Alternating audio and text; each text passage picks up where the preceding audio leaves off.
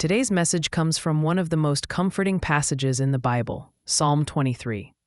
David begins with these powerful words, "The Lord is my shepherd, I shall not want." A shepherd watches, protects, guides, and never abandons the sheep.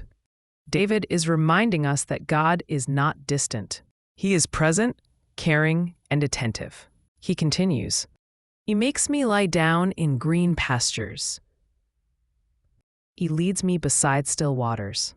He restores my soul." God knows when we are tired. He knows when we are overwhelmed. And He knows when our soul needs rest. Then comes a verse many people hold close to their hearts. "Even though I walk through the valley of the shadow of death, I will fear no evil, for you are with me." Notice this. David doesn't say if we walk through the valley. He says when. Valleys are part of life. We face sickness, loss, stress, uncertainty, fear about the future. But here is the promise. You do not walk through the valley alone. God does not remove Himself in hard times. He walks with you through them.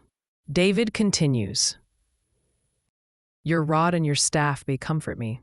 God's presence brings comfort, guidance, and protection, even when we don't understand the path. And finally, David declares, "Surely goodness and mercy shall follow me all the days of my life," not just on good days. Not just when things are easy, but all the days.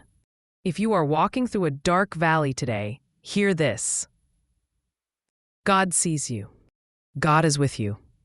God is guiding you. And this valley is not the end of your story. Hold on. Keep walking. Your shepherd is right beside you. If this message encouraged you, please like and subscribe for more Bible stories and weekly encouragement.